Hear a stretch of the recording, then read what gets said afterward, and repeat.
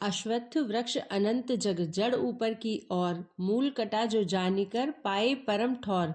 हरे कृष्णा। आप सभी का दिन शुभ हो और मंगलमय हो। आप सभी पर भगवान श्री कृष्ण की कृपा सदा सर्वदा बनी रहे। आज हम सुनेंगे भगवत गीता का 15वां अध्याय, जिसे पुरुषोत्तम योग कहते हैं। इसमें भगवान श्री कृष्ण ने संसार की वास्तविक प्रकृति, जीवात्मा का स्वरूप और परमात्मा की महत्ता का वर्णन किया है। यह अध्याय सभी योगों का सार प्रस्तुत करता है और भगवान को सर्वोच्च पुरुष अर्थात पुरुषोत्तम के रूप में पहचानने की शिक्षा देता है। इससे पहले 14वें अध्याय में भगवान ने 3 गुणों सत्व, रजस और तमस का वर्णन किया है, जो कि माया के आधार है। ये गुण जीवात्मा को संसार से बांधते हैं। और 15वें अध्याय में भगवान ने माया और आत्मा के संबंध को समझाते हुए कहा कि माया से परे जाने के लिए पुरुषोत्तम योग का अनुसरण करना चाहिए। इस अध्याय में भगवान श्री कृष्ण ने संसार को अश्वत्थ वृक्ष के रूप में वर्णित किया है, जिसकी जड़ें ऊपर अर्थात परमात्मा में है और शाखाएं नीचे अर्थात सांसारिक जगत में फैली हुई है। इस वृक्ष को केवल ज्ञान और वैराग्य के द्वारा काटा जा सकता है। जो इस सत्य को जान लेते हैं वे परम पुरुष अर्थात भगवान को प्राप्त करते हैं। तो चलिए भगवान श्री कृष्ण के चरणों में प्रणाम करते हुए भगवत गीता के 15वें अध्याय के महात्म्य का श्रवण करते हैं। श्री महादेव जी कहते हैं, पार्वती, अब गीता के 15वें अध्याय का महात्म्य सुनो। गौड़ देश में कृपाण नामक एक राजा थे, जिनकी तलवार की धार से युद्ध में देवता भी परास्त हो जाते थे।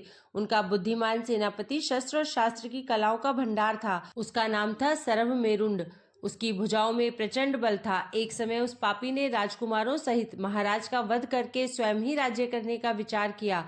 इस निश्चय के कुछ ही दिनों बाद वह हैजे का शिकार होकर मर गया। थोड़े समय में वह पापात्मा अपने पूर्व कर्म के कारण सिंधु देश में एक तेजस्वी घोड़ा हुआ। उसका पेट सटा हुआ था। घोड़े के लक्षणों का ठीक ठाक ज्ञान रखने वाले किसी वैश्य पुत्र ने बहुत सा मूल्य देकर उस अश्व को खरीद लिया और यत्न के साथ उसे राजधानी तक ले आया। वैश्य कुमार वह अश्व राजा को देने को लाया था। यद्यपि राजा उस वैश्य कुमार से परिचित थे, तथापि द्वारपाल ने जाकर उसके आगमन की सूचना दी। राजा ने पूछा, किस लिए आए हो? तब उसने स्पष्ट शब्दों में उत्तर दिया, देव, सिंधु देश में एक उत्तम लक्षणों से संपन्न अश्व था, जिसे तीनों लोगों का एक रत्न समझकर मैंने बहुत सा मूल्य देकर खरीद लिया है। राजा ने आज्ञा दी, उस अश्व को यहाँ ले आओ। वास्तव में वह घोड़ा गुणों में उच्च श्रवा के समान था। सुंदर रूप का तो मानो घर ही था। शुभ लक्षणों का समुद्र जान पड़ता था।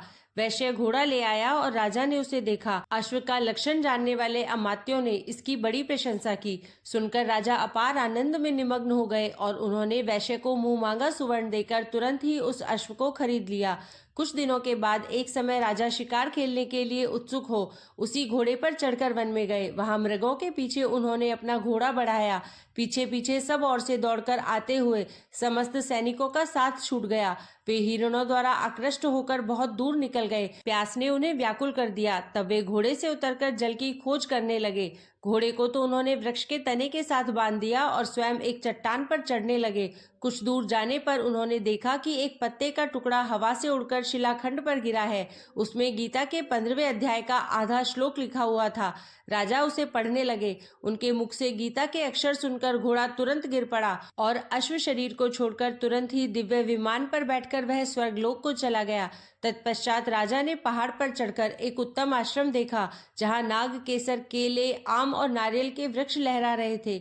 आश्रम के भीतर एक ब्राह्मण बैठे हुए थे, जो संसार की वासनाओं से मुक्त थे। राजा ने उन्हें प्रणाम करके बड़े भक्ति के साथ पूछा, ब्राह्मण, मेरा अश्व अभी अभी स्वर्ग को चला गया है, उसमें क्या कारण है?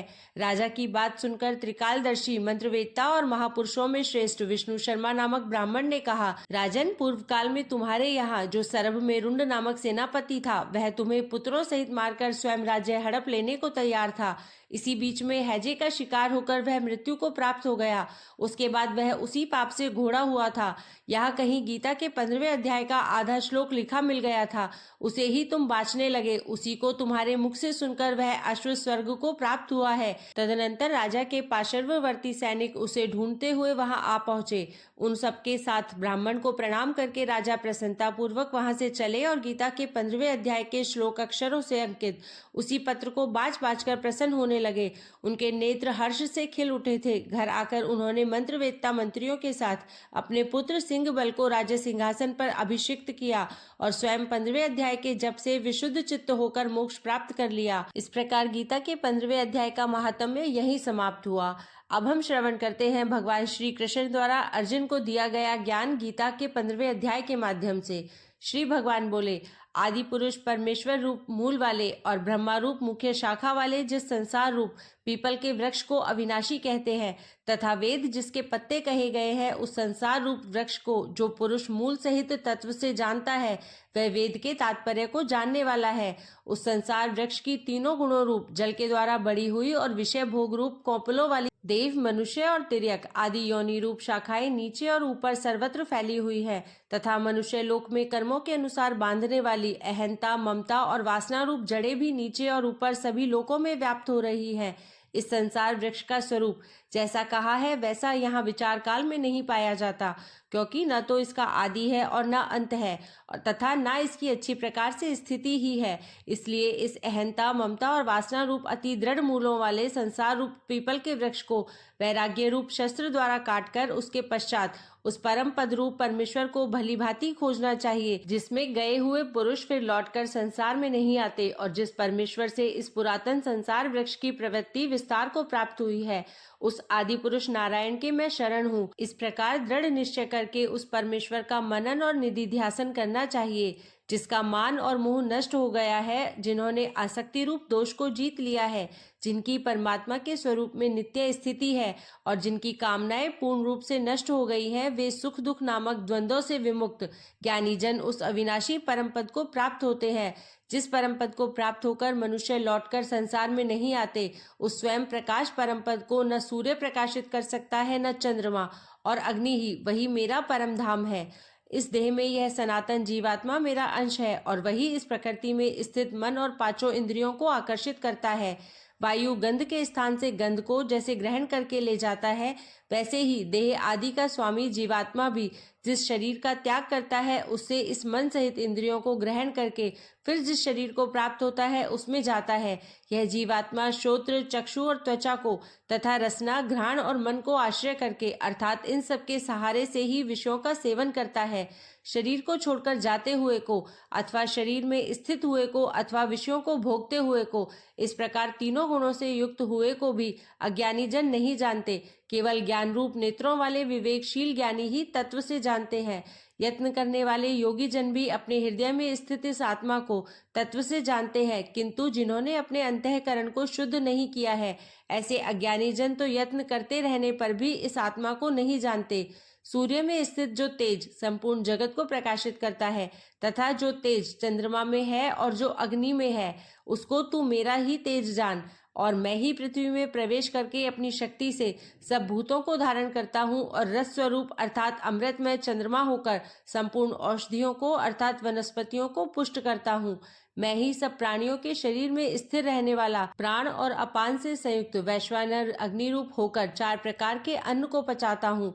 मैं ही सब प्राणियों के हृदय में अंतर्यामी रूप से स्थित हूँ तथा मुझसे ही स्मृति, ज्ञान और अपोहन होता है और सब वेदों द्वारा मैं ही जानने के योग्य हूँ तथा वेदांत का कर्ता और वेदों को जानने वाला भी मैं ही हूँ।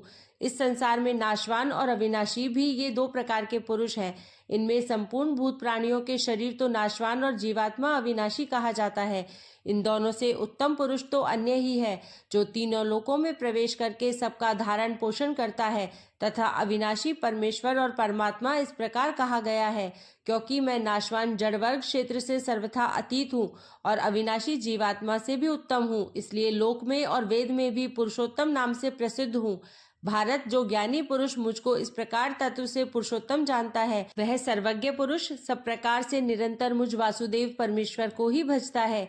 हे निष्पाप अर्जुन, इस प्रकार यह अति रहस्य युक्त गोपनीय शास्त्र मेरे द्वारा कहा गया। इसको तत्व से जानकर मनुष्य ज्ञानवान और कृतार्थ हो जाता है। इस प्रकार श्रीमद् भगवद गीता के श्री कृष्ण अर्जुन संवाद में पुरुषोत्तम योग नामक 15वां अध्याय संपूर्ण हुआ। आपसे कल फिर मिलती हूँ एक नए अध्याय के साथ। तब तक के लिए जय श्री कृष्ण, जय श्री राधे।